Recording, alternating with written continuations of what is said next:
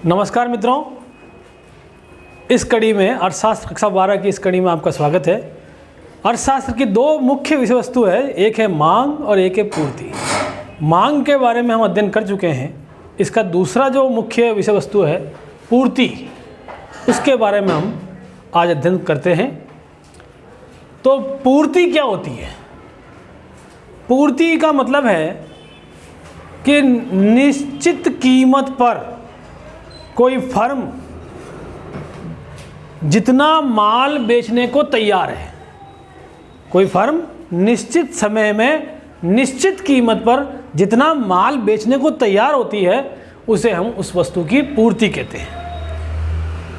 साधारणतः क्या होता है, हम पूर्ति को और स्टॉक को एक ही समझते हैं, परंतु इन सब में अंतर है। उदाहरण के लिए आप समझ लें, किसी फैक्ट्री के किसी फर्म ने कुल 100 किलो उत्पादन किया है, 100 किलो वस्तु का उत्पादन किया है। तो इस 100 किलो में यदि वो 90 किलो जो वस्तु है उसको बेचने को तैयार है, तो 90 किलो उस वस्तु की पूर्ति कहलाएगी। तो जो मात्रा कोई फर्म निश्चित समय में निश्चित कीमत पर बेचने को तैयार होती है, उसे हम उस वस्तु की पूर्ति कहते हैं। तो देखते हैं इस पूर्ति को प्रभावित करने वाले तत्व कौन कौन से हैं। मुख्य रूप से हम देखें तो हम दो तत्व इसके बहुत महत्वपूर्ण हैं। एक तो उस वस्तु की बाजार कीमत। साधारणतया कीमत और पूर्ति में धनात्मक संबंध होता है। धनात्मक कहाँ से है? कीमत के बढ़ने पर, चूंकि लाभ बढ़ता है फर्म का, इसलिए वो अपनी पूर्ति बढ़ाती है। तो कीमत के बढ़ने पर पूर्ति बढ़ती है और कीमत के कम होने पर पूर्ति घटती है। अब वस्तु के उत्पादक साधनों की कीमतें, किसी वस्तु को उत्पादन करने में जो साधन काम में ले जा रहे हैं, अगर उन साधनों की कीमतें बढ़ती है तो उस फर्म की उत्पादन लागत बढ़ जाएगी। जैसे श्रम है, पूंजी है, भूमि है, अगर इनकी लागतें बढ़ जाती है, इनको ज़्यादा भुगतान करना पड़ रहा है, तो हमारी उत्पादन लागत बढ़ जाएगी। इसलिए हम क्या करेंगे, हमारी पूर्ति थोड़ी कम हो जाएगी। तो पहला जो मुख्य है वस्तु की कीमत, दूसरा है उस वस्तु के उत्पादक साधनों की कीमतें, और तीसरा है संबंधित वस्तुओं की कीमतें। संबंधित वस्तुएं जैसे हमने पूर्व में पढ़ा है, पूरक वस्तु और स्थानापन्न वस्तु। पूरक वस्तु वह वस्तुएं जिनका उपयोग साथ साथ होता है, एक के बिना दूसरे का कोई अर्थ नहीं है। जैसे कार और पेट्रोल, अगर कार की पूर्ति बढ़ती है तो पेट्रोल की मांग भी बढ़ जाएगी। तो इस तरह से हम इनको बोलते हैं पूरक वस्तुएं। और एक होती है स्थानापन्न वस्तुएं, ऐसी वस्तुएं जिनका एक दूसरे के स्थान पर उपयोग करने पर उपभोक्ता को समान संतुष्टि मिलती है। जैसे कॉफ़ी के स्थान पर वो चाय भी पी सकता है, उसे उतनी ही संतुष्टि मिलेगी जितना उसको कॉफ़ी पीने में मिल रही है। तो ये दोनों वस्तुएं क्या स्थानापन्न वस्तु हैं। इसमें क्या है, एक वस्तु की कीमत बढ़ती है या एक वस्तु की पूर्ति बढ़ती है ना। एक वस्तु की कीमतें बढ़ने से दूसरी वस्तु की पूर्ति कम हो जाती है, एक वस्तु की पूर्ति बढ़ने से दूसरी वस्तु की पूर्ति कम हो जाती है। तो ये हमको समझना है। अब है तकनीक। यदि कोई नई तकनीक हमारा आ जाए, तो जैसे एक मशीन पहले मान लिया 50 किलो माल का उत्पादन कर रही थी, नई तकनीक नई तरह की मशीन आने से यदि वो 70 किलो माल का उत्पादन कर रही है, तो बाजार में उसकी पूर्ति बढ़ जाएगी। तो तकनीक भी पूर्ति को प्रभावित करती है। तकनीक हो, प्रौद्योगिकी हो, विशेष अवसर, हम वैसे भी है ना, हमारे भारत जैसे देश में विशेष अवसरों पर, जैसे जो त्योहारों के दिन होते हैं, दीपावली है, ईद है ना, क्रिसमस है, उन अवसरों पर वस्तुओं की मांग बढ़ जाती है। तो विशेष अवसरों के हिसाब से भी पूर्ति बढ़ानी, मांग बढ़ जाएगी तो पूर्ति भी बढ़ानी पड़ेगी। तो विशेष अवसरों पर बढ़ जाती है। आगतों की गुणवत्ता, यदि जो कच्चा माल हमारे पास आ रहा है उस कच्चे माल की क्वालिटी अच्छी आ जाए तो उसमें से कचरा कम निकलेगा, और कचरा कम निकलेगा तो हमारी पूर्ति बढ़ जाएगी। तो अगर अच्छे तरह का माल हमें मिल जाए, आगत अच्छी गुणवत्ता के मिल जाए, जो माल लग रहा है ना उसको आगत बोलते हैं, तो उसकी गुणवत्ता अगर अच्छी हो तो पूर्ति अपना बढ़ जाएगी। और इसके अलावा फिर है परिवहन लागतें। परिवहन लागतें यानी यदि हमें परिवहन लागतें कम हो जाए, ट्रांसपोर्ट जो खर्चा है, माल को उत्पादन होने से उसको बाज़ार तक पहुंचने तक जो भी खर्चा लगता है वो परिवहन लागत कहलाती है। तो ये अगर कम हो जाता है तो पूर्ति हम बढ़ा देंगे, क्योंकि कम खर्चे में हम ज़्यादा माल बेच रहे हैं, है ना। तो ये मुख्य बिंदु है जिस पर हम ये वस्तु की पूर्ति प्रभावित होती है। एक तो वस्तु की बाजार कीमत, वस्तु के उत्पादक साधनों की कीमतें, संबंधित वस्तुओं की कीमतें, पूरक स्थानापन्न, तकनीक, विशेष अवसर, आगतों की गुणवत्ता और परिवहन लागतें। अब ये जो हमने माना है नियम, पूर्ति का नियम बोलता है, पूर्ति का नियम है कि पूर्ति कीमत के साथ धनात्मक संबंध रखती है। अगर इसको फलन रूप में लिखें तो S पूर्ति सप्लाई बराबर है ना F छोटा कोष्टक P, यानी कीमत और पूर्ति में धनात्मक संबंध होता है। कीमत के बढ़ने पर वस्तु की पूर्ति बढ़ जाती है क्योंकि फर्म का लाभ बढ़ता है, और कीमत के घटने पर वस्तु की पूर्ति घट जाती है क्योंकि फर्म का लाभ कम हो जाता है। तो ये सीधा डायरेक्ट संबंध है, परंतु इस नियम का लागू होने के लिए कुछ चीज़ें हम मान करके चलते हैं, क्योंकि ये नियम पूर्ति और कीमत के बीच में है। तो बाकी चीज़ों को हम क्या मानते हैं कि स्थिर है। जैसे उसकी तकनीक है, वह जो तकनीक प्रौद्योगिकी हम काम में ले रहे हैं वही है ना। संबंधित वस्तु की कीमतें हैं वो बिल्कुल स्थिर है ना। इसके अलावा जो तकनीक काम में ली जा रही है, संबंधित वस्तु की कीमतें हैं, और इसके अलावा अन्य चीज़ें हैं कि जो उपभोक्ता की रुचि है वो स्थिर है, और जो पूर्ति है वो विभाज्य है, उसको टुकड़ों में भी बांट सकते हैं, उसको घटा बढ़ा सकते हैं। और जलवायु जो है वो स्थिर है, जैसा जलवायु मौसम इस साल रहा उस साल अगले साल भी रहेगा, यह हमेशा ऐसा ही रहता है, तो पूर्ति उतनी रहेगी, है ना।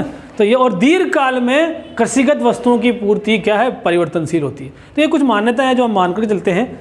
और इसकी ये जो नियम क्रियाशील होता है, इसका मुख्य कारण क्या है? मुख्य कारण यह है कि जैसे ही कीमतें बढ़ती है फर्म का लाभ बढ़ता है, और लाभ बढ़ता है इसलिए वो प्रोत्साहित होती है कि अब पूर्ति बढ़ाए।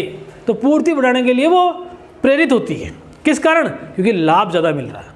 तो पहला इस नियम के क्रियाशीलता होने के कारण, ये नियम काम करने के कारण क्या है? पहला है उसका कीमत का बढ़ने से लाभ बढ़ता है।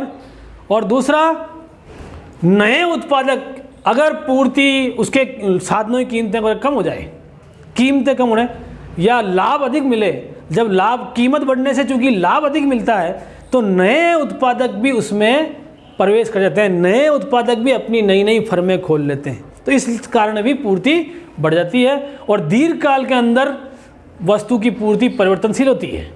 तो इन तीन कारणों से दीर्घ काल में वैसे भी उसकी सब साधनों की कीमतें या वस्तु की जो पूर्ति है उसको परिवर्तन कर सकते हैं, क्योंकि सभी साधनों में हम परिवर्तन कर सकते हैं।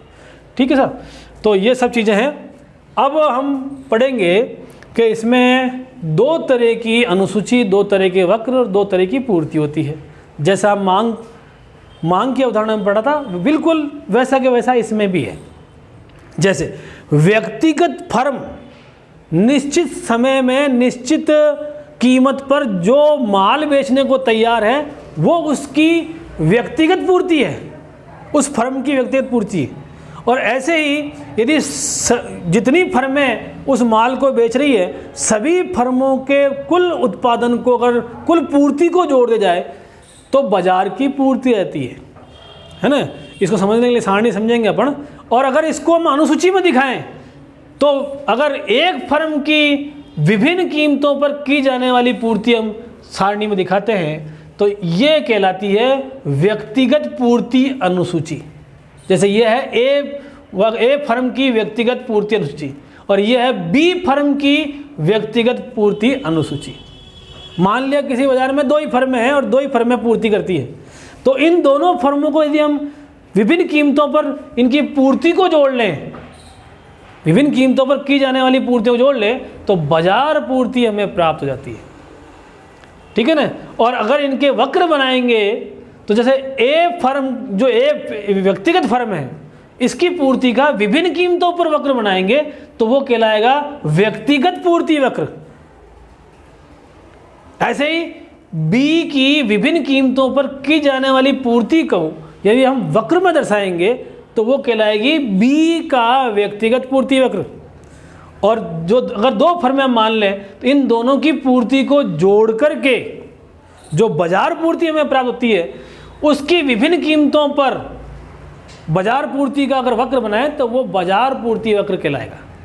ठीक है, तो इसको समझने के लिए ये ए फर्म की पूर्ति है, ये बी फर्म की पूर्ति है, बाजार पूर्ति निकालनी है तो 10 रुपये कीमत पर ए फर्म 300 जो भी इकाई है, 300 kg माने जो भी माने 300 इकाई माल बेचने को तैयार है, बी फर्म 400 इकाई माल बेचने को तैयार है, तो कुल मिलाकर बाजार में जो पूर्ति हो जाएगी वो इन दोनों का जोड़ हो जाएगी। 300 + 400 कितने हो जाएंगे? 700। ऐसे 600 400 1000, 800 और 500 1300। तो ये विभिन्न कीमतों पर बाजार पूर्ति निकाल रहे हैं, जितनी भी फर्में हैं उन सबकी पूर्ति को जोड़ करके। यहाँ दो फर्में हैं, दोनों की पूर्ति जोड़ रहे हैं, 1000 और 600 1600। अब इनका ये तो आया पूर्ति अनुसूची, ये व्यक्तिगत और पूरी बाजार की दिखाएं तो ये बाजार की पूर्ति अनुसूची है। और इसका यदि हम वक्र बनाएंगे, तो ये कहलाएगा व्यक्तिगत पूर्ति वक्र। जैसे ये हो जाएगा 200 रुपये पर या 10 रुपये पर ए फर्म की पूर्ति कितनी है? 300, तो 10 रुपये पर 300, 200 और 400 के बीच में जाएगा। और 20 रुपये पर कितनी है? 400, 20 रुपये पर कितनी है? 400।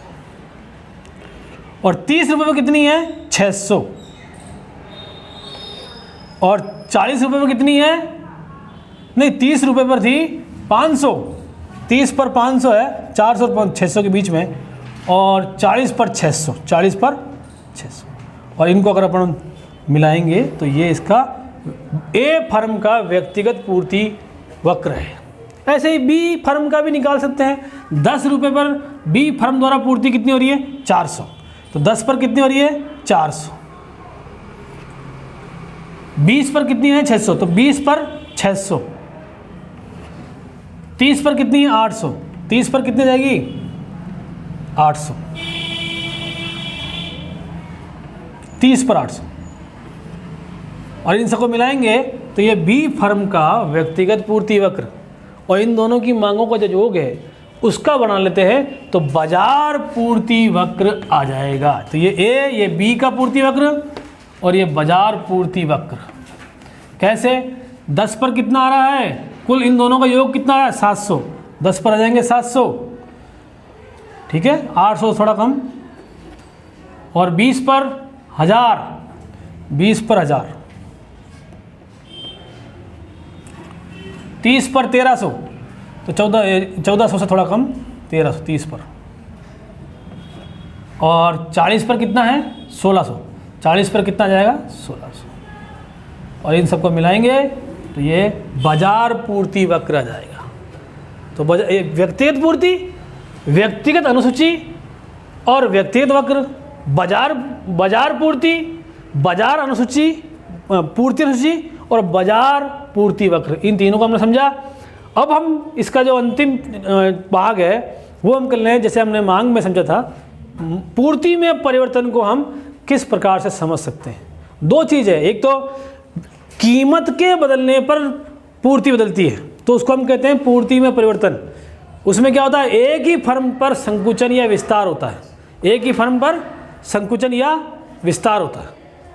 और दूसरा होता है पूर्ति वक्र में शिफ्टिंग, वहाँ कीमत के अतिरिक्त दूसरी चीज़ों के प्रभाव, जैसे संबंधित वस्तुओं की कीमतें हैं, जैसे तकनीकी है, जैसे है ना उपभोक्ता की आय में वृद्धि है, ये चीज़ें अगर है, जलवायु है, ये विशेष अवसर है, आगतोई गुणवत्ता है, परिवहन लागतें हैं, ये दूसरी चीज़ें अगर है, इनके बदलने से अगर बाजार की पूर्ति शिफ्ट हो रही है, पूरा वक्र शिफ्ट होता है, तो उसे हम पूर्ति वक्र में शिफ्टिंग या पूर्ति वक्र में विवर्तन कहते हैं।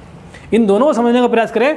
जैसे मान लिया ये पूर्ति वक्र है, यहाँ पर ओपी कीमत पर ओक्यू मात्रा की पूर्ति होती है। ये इनका ओपी कीमत पर ओक्यू मात्रा की पूर्ति होती है। किसी कारण से कीमत बढ़ जाए तो कीमत जैसे ही ओपी से बढ़कर के OP1 होती है, पूर्ति भी OQ से बढ़कर के OQ1 हो जाती है। ओ क्यू से बढ़ करके ओ क्यू वन। तो कीमत के बढ़ने पर पूर्ति का बढ़ना ये एक ही दिशा में चल रहा है, ऊपर की ओर। इसे कहते हैं हम पूर्ति का विस्तार। और अगर नीचे की ओर आ जाए, मतलब जैसे मान लें कीमत पहले OP1 थी तो उस पर मांग मात्रा कितनी है OQ1, और अगर ये OP1 पर OQ1 है और कीमत कम होती है, OP1 से OP हो जाती है, कीमत अगर कम हो जाती है तो ये जो पूर्ति मात्रा है ये भी कम हो जाएगी। तो कीमत के कम होने पर पूर्ति के कम होना ये कहलाता है संकुचन। ठीक है ना। तो ये फिर इस दिशा में गति करेगा, संकुचन इस दिशा में नीचे की ओर आएगा। यहाँ से संतुलन बिंदु यहाँ आ गया तो ये नीचे की ओर आ रहा है, तो संकुचन नीचे की तरफ होता है, विस्तार ऊपर की तरफ होता है।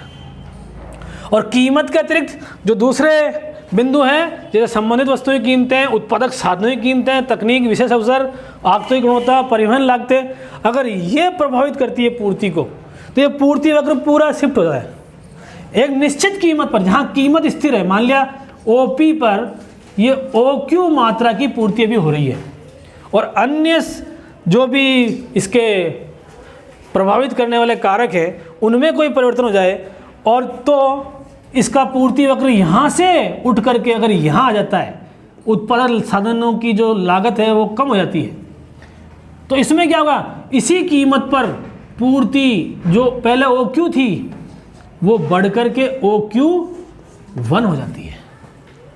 OQ से एक ही कीमत OP है, पहले पूर्ति मात्रा कितनी थी OQ, अब कितनी हो चुकी है OQ1। तो ये कहलाता है किसका, इसका वृद्धि। पूर्ति में ये क्या हो रही है, वृद्धि होगी। और इसका अगर विपरीत हो जाए, उत्पादन साधनों की कीमतें बढ़ जाए, तकनीक में एकदम कमी हो जाए, किसी कारण से विशेष अवसर नहीं हो, तो क्या होता है, ये विशेष अवसर होने पर तो वृद्धि होगी। तो अगर उत्पादक साधनों की कीमतें अगर बढ़ जाती है तो ये पूर्ति वक्र यहाँ SS से पहले S1 हो गया, और जो संतुलन बिंदु E से E1 पर हो गया। अब क्या होगा, उत्पादक साधनों की कीमतें बढ़ने पर ये पूर्ति वक्र यहाँ से कहाँ जाएगा, नीचे की ओर, इधर आ जाएगा। यहाँ मान लें यहाँ आ गया ये। तो अब जो संतुलन बिंदु E1 गया, यहाँ क्या हो गया, E2 हो गया। तो वो ये पूर्ति वक्र मान लो S2 हो चुका है, और E2 इसका साम्य बिंदु है। तो उसी कीमत पर OP पर अब मांग मात्रा घट करके कितनी जाएगी, OQ2 हो जाएगी।